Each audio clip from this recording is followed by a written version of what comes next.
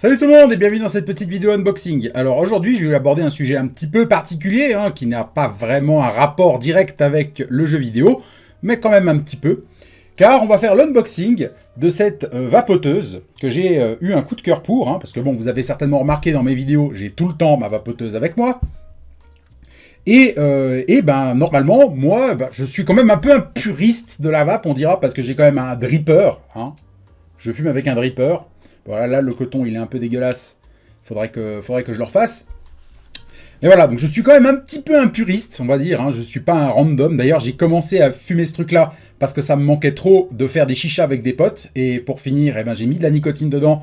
Chose que j'aurais jamais dû faire. Donc généralement, la vapoteuse est considérée comme étant un tremplin entre la clope et arrêter de fumer.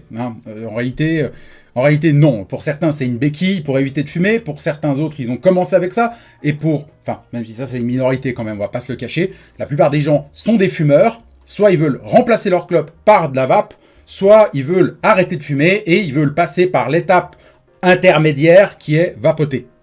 Voilà. Moi, je fais partie de la minorité de personnes qui ont commencé par ça, en fait, finalement. Et donc, normalement, moi, des vapes, j'en ai eu plusieurs. La première j'en ai eu des merdiques. Au début, j'en ai eu vraiment des merdiques de chez Merdique. Le genre de truc qui ressemble à un stylo bille, de la merde. Et après, j'en ai eu d'autres. Une fois, j'en avais eu un coup de cœur sur une qui avait un écran tactile. Le truc high-tech. J'avais reçu du pognon. Je me suis dit, vas-y, je me fais un délire. Je me suis pris une vapote à 400 balles. Un truc cher. Et elle a tenu pendant au moins très longtemps. Très très longtemps. Si vous revenez sur mes vieilles vidéos, je pense que vous verrez que pendant très longtemps, j'ai eu la même. Après, j'ai eu une petite merde qui n'a pas duré longtemps. Après, j'ai eu celle-ci. J'en ai eu même deux petites merdes qui n'ont pas duré longtemps. Une petite merde chère et une petite merde pas chère. Et j'ai eu celle-ci, maintenant, depuis un certain temps. Et généralement, je remplace pas ma vape si j'en ai pas besoin. Voilà, on dira ça comme ça. Mais là, j'ai eu un coup de cœur. J'ai vraiment eu un coup de cœur sur cette vapoteuse de chez Lost Vape, qui s'appelle Centurus M200. Donc, je vous fais une petite présentation vite fait de ce produit-là. Donc, j'ai ouvert une page sur le site de Lost Vape. Donc, si je vais dans Produits et qu'ensuite je vais dans... vous voyez, ça, c'est pour ça. J'avais eu une opportunité, pour vous dire, de bosser dans la clope électronique. Parce que vu que je m'y connais un peu, j'ai eu une opportunité. Seulement, le problème, c'est ça que je déteste, c'est que le vapotage a perdu tout son attrait, entre guillemets, geek. C'est-à-dire que maintenant, c'est ces machins-là qui marchent. Bon, ceux-là, ils sont stylés, au moins, ces machins-là. Et puis, vous voyez qu'ils draguent, on va dire, toujours le côté geek chez les vapes. Alors là, celle-ci, c'est la plus parlante, mais les autres, généralement, un petit peu moins quand même. Mais ils essayent toujours de faire quelque chose qui soit très coloré. Bon, là, je ne sais pas pourquoi la mise en page de leur site est une catastrophe. Je ne sais pas pourquoi. Est-ce que c'est mon navigateur qui fait de la merde? J'en sais rien. C'est pourri. Et donc, pour moi, c'est la faute du site. Et donc, moi, si j'ai pas choisi de ne pas bosser dans la vape, c'est parce que, c'est plutôt censé s'afficher comme ça, j'avais trop dézoomé. D'accord. Et donc, si j'avais décidé de ne pas travailler dans la vape, alors que j'avais eu une opportunité, c'est parce que maintenant, ce travail correspond à vendre ces merdes-là, ces pods. En gros, les pods, c'est le genre de trucs qui font très peu de fumée et qui ont un haut taux de nicotine, là où les clopes électroniques jusqu'à maintenant avaient un bas taux. Un taux très bas, ce qui faisait que le pic de nicotine dans le cerveau est beaucoup plus basse. Et en fait, si tu veux, tu tires tout le temps dessus, mais tu n'as jamais, la nicotine ne te met jamais une race. Tu n'as pas le shoot de nicotine comme tu as avec une clope. Voilà, c'est pour ça que ça pouvait servir de tremplin. Alors que ces pods-là, clairement, remplacent la clope. Et franchement, quand tu tires là-dessus, c'est pas la même chose que là-dessus. Vraiment, c'est pas le même délire. Et maintenant, vu que les gens ne veulent pas arrêter de fumer et que les gens veulent plus de clope, ils passent tous au pod. Et du coup, ces machins dominent le marché. En fait, c'est ça ce que vous assistez là, à la casualisation de la clope électronique. On peut dire ça comme ça. C'est-à-dire que les randoms se mettent à débarquer puis à vouloir fumer que ça. Et même d'ailleurs, les gens qui étaient des puristes de la vape sont passés que là-dessus. Donc voilà, les vapes normales, des vraies vapoteuses comme ça, comme moi j'ai, pour les puristes, on dira, c'est devenu en voie d'extinction. Et donc voici la Centurus, où est-ce qu'elle est? C'est bêtement celle-là en fait. C'est bêtement celle qui est en grand, parce que c'est leur produit phare apparemment. Et donc elle existe avec tout ce que tu veux comme option. Et franchement, je l'ai testée en magasin quand elle était en démo, et franchement j'ai trouvé ça ouf. J'ai adoré le design de celle que j'ai choisie. Et donc j'ai décidé de me la prendre, surtout que je l'ai eu pour pas très cher. Je l'ai eu pour 64 francs. Donc, et en sachant aussi que c'est une édition limitée. C'est une édition limitée. Je peux même vous montrer à l'arrière. C'est écrit près du code barre. Voilà. Retro Game Limited Edition. Voilà, donc c'est vraiment une clope électronique qui est limitée. Alors aussi, si je l'ai eu si peu cher, c'est parce que j'ai que la box là-dedans. Je n'ai pas d'atomiseur, c'est-à-dire la petite pièce qui va au sommet. Donc moi, par exemple, mon dripper, c'est un atomiseur. Voilà. Donc la petite pièce dans laquelle tu mets le liquide, en fait. Ça, c'est finalement juste la boîte qui a une interface et un bouton pour activer le truc, et tu mets les piles là-dedans. Allez, on va passer sur l'unboxing. Voilà, alors bien entendu, vous vous doutez bien que si cette vapoteuse n'avait pas un skin Game Boy, je vous aurais épargné l'unboxing et je ne vous en aurais pas parlé. Mais vraiment, j'ai eu un coup de cœur tout particulier pour cette box, bien entendu, pour son skin, tout simplement. Hein. Donc, elle est complètement sous blister. Alors, comme je vous l'ai dit, c'est une édition limitée. Donc, a priori, hein, d'après la dame du magasin, c'est devenu impossible de s'en procurer une. J'ai vraiment eu un coup de bol monstrueux, je suis tombé dessus. Pareil qu'ils l'ont mis en rayon il y a une semaine et qu'ils n'ont plus rien eu. Donc, elle en a recommandé une spécialement pour moi. Et ensuite, elle a eu un autre client qui en voulait une et elle n'a pas pu. Donc, j'ai eu un coup de bol monstrueux de pouvoir l'avoir. Donc, apparemment, si vous la voulez aussi, c'est pour ça que je ne vais pas vous partager de lien si jamais ça vous intéresse. Je ne vais pas vous partager de lien tout simplement parce que, apparemment, elle est plus trouvable. Donc, essayez par vos propres moyens si ça vous intéresse. Hein. Vous avez le nom du produit, hein, Centurus M200 de Lost Vap. Et le nom du modèle exact, c'est Retro Game Limited Edition. Hein. Donc, voilà. Alors, je vais utiliser mon vieux crayon M-Budget, hein, no fake, hein, pour les Suisses qui connaissent. Oui, la rétention d'eau qui me fait éclater la peau. Voilà, c'est vraiment écrit Migros tout le long, enfin, c'est ringard à mort. D'ailleurs, pour l'anecdote, j'avais mon premier téléphone, un Sony Ericsson, était avec un skin vert comme ça, dégueulasse, parce que je l'ai eu avec un abonnement M-Budget. Hein, c'est pas une blague. Hein. Ça ne s'invente pas, des conneries pareilles. Alors... on l'ouvre.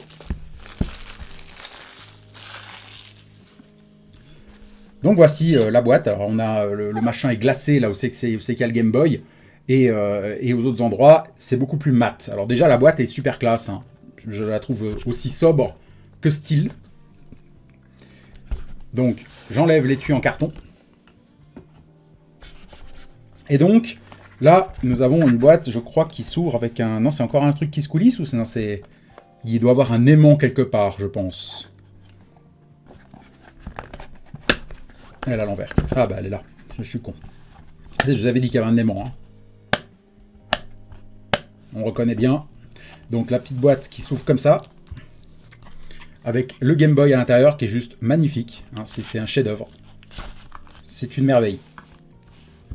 Donc je sais pas, à part ça, l'entreprise qui a fait ça, là c'est marqué derrière...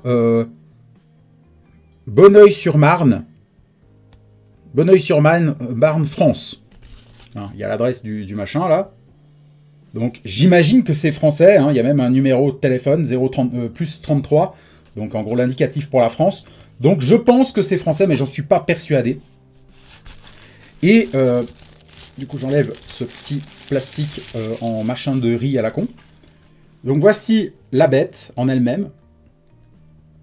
Ah, donc oui, je suis avec ma webcam. Alors j'ai augmenté la définition hein, pour éviter les problèmes de flou, mais ça reste inévitable. Hein. Là je capture en 1080p, je sais qu'on dirait pas, mais je vous promets.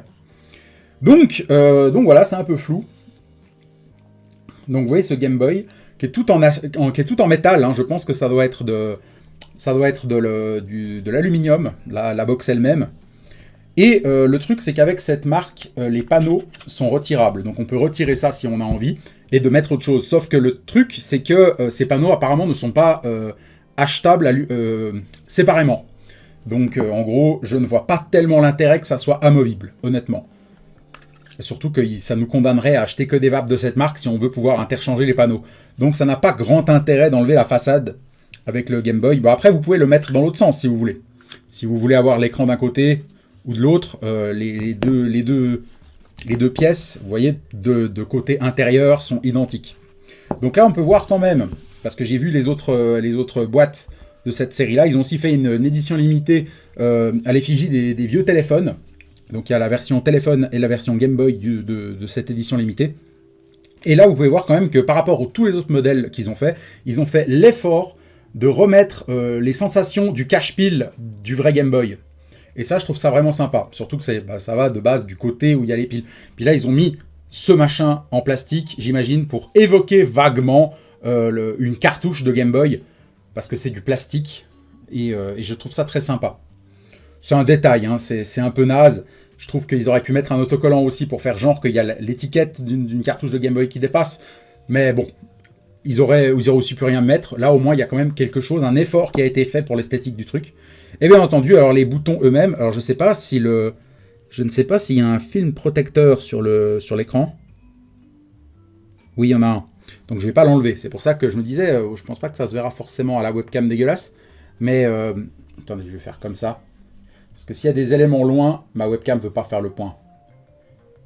Il faut dire que ce truc reflète, donc la webcam est complètement perdue. Elle ne sait pas si elle doit faire le point dans un sens ou dans l'autre. Donc j'essaie de faire un plat. Ouais, bon. L'écran est déjà tout rayé, hein. Vous voyez qu'il y a un gros pet là. Donc l'écran est déjà tout rayé, mais ça c'est parce qu'il y a le film plastique. Le film plastique se raye hyper facilement. Je pense pas que ça doit être le cas sans le film plastique. Alors il va s'enlever tout seul. Pour préserver l'état neuf le plus longtemps possible, je vais éviter de l'enlever, même pour la démonstration.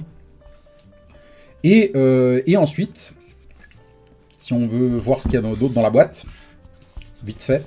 Alors, on a ce truc-là, j'imagine qu'il ne contient qu'un chargeur, hein, parce que la box elle-même se recharge avec un USB type C, même si tous les puristes ne se serviraient jamais de ce truc. Hein. Tous les puristes ont un chargeur à part, hein. Donc moi y compris, hein, parce que franchement, tu charges avec ça, non seulement c'est d'une lenteur, mais en plus c'est pas très bon pour la préservation des piles et pour l'économie des piles et de la box elle-même, hein, tout simplement. Ça la fait chauffer pour rien, donc vous allez user votre matos plus vite.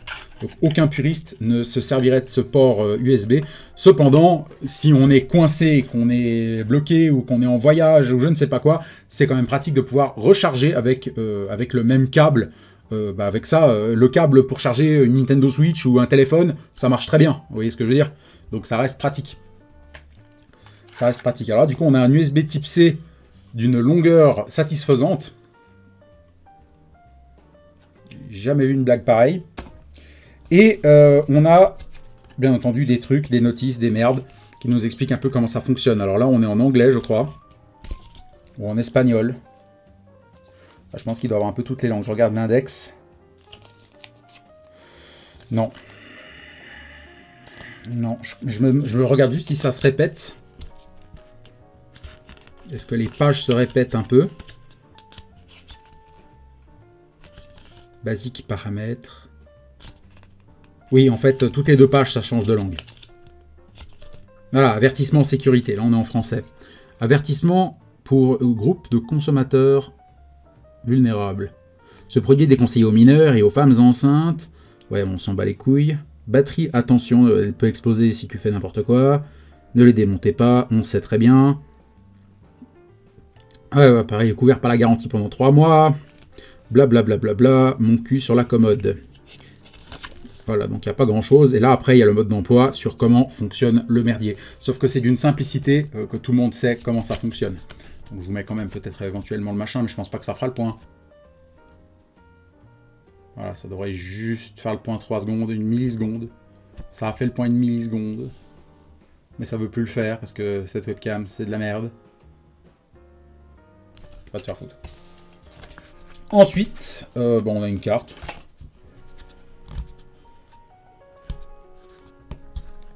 Je vois pas l'intérêt. C'est une carte qui rappelle les commandes. Et puis ça, c'est un truc pour...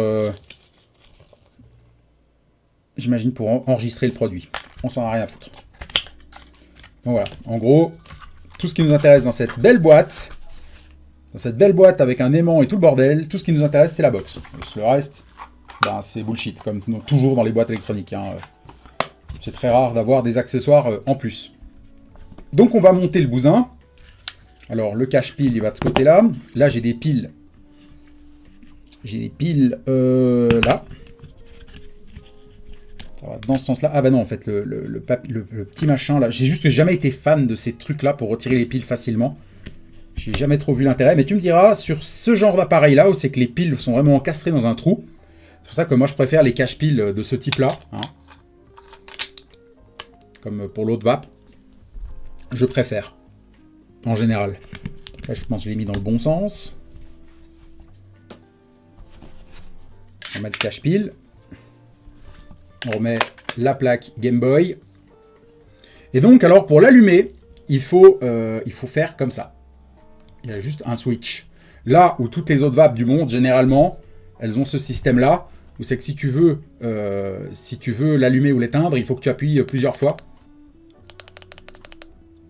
Voilà, et là ça te met goodbye, et ça s'éteint. Si je vais la rallumer, c'est pareil, je vais refaire le même cirque. Quand ça veut bien, et là ça revient.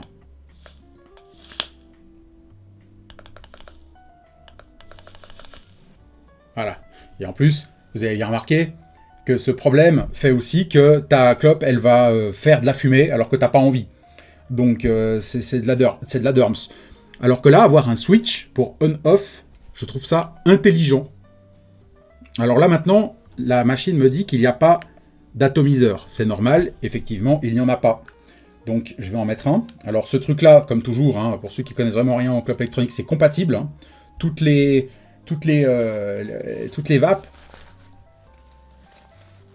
vapes classiques ont des pièces normalisées, peu importe le fabricant. Vous pouvez mettre n'importe quoi sur ce truc. Si vous ne pouvez pas mettre n'importe quoi n'importe où, c'est que vous vous êtes fait avoir. Voilà, tous les appareils ont des trucs normalisés. Donc je peux mettre mon vieux Dead Rabbit, fidèle à son poste depuis plus de 5 ans. Je peux le mettre sur ma nouvelle vape sans aucun problème de compatibilité. Ça marchera sans aucun souci. Juste vérifier que j'ai pas déplacé la cloche. C'est vraiment cramé à l'intérieur. Hein. C'est raide de chez raide, il faut que je le refasse. Voilà.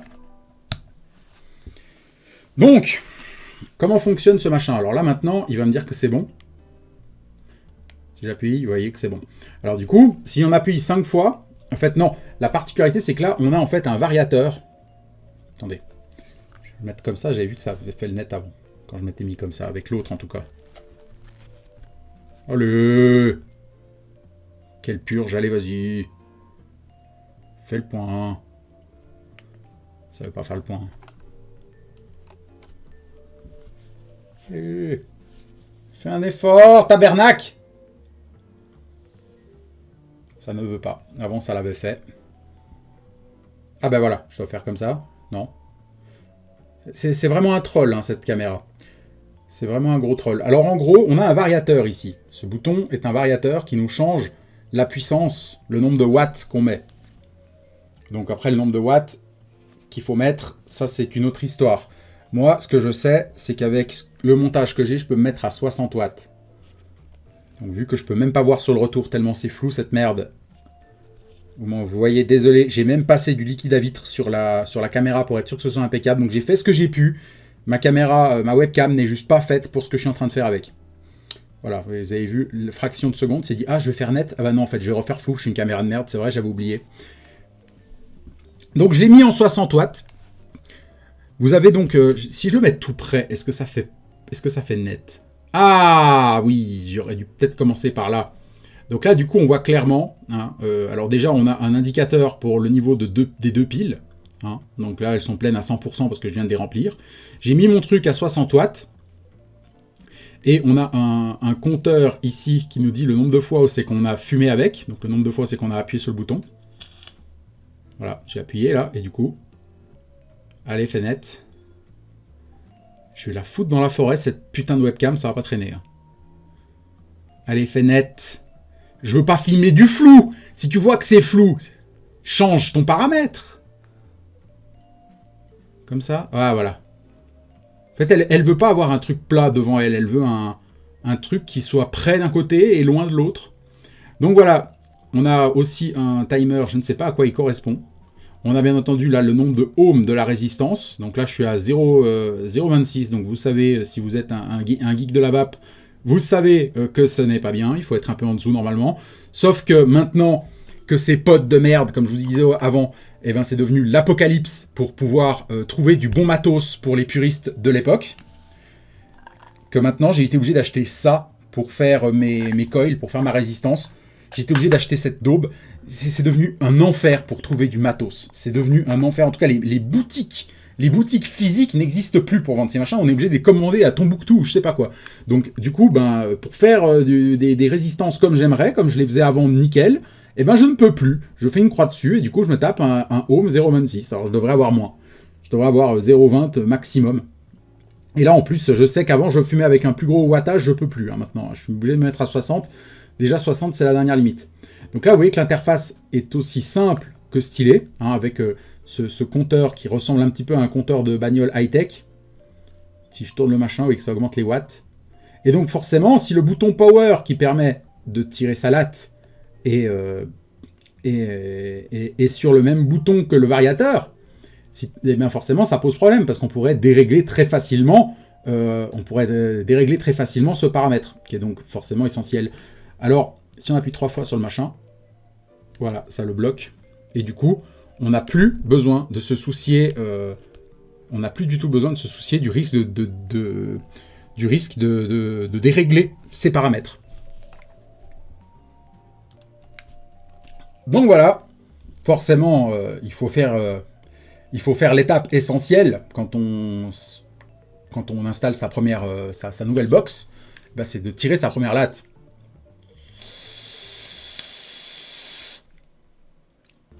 Ouais, ça marche. C'est la même merde cramée que j'avais tout à l'heure sur l'eau de vape.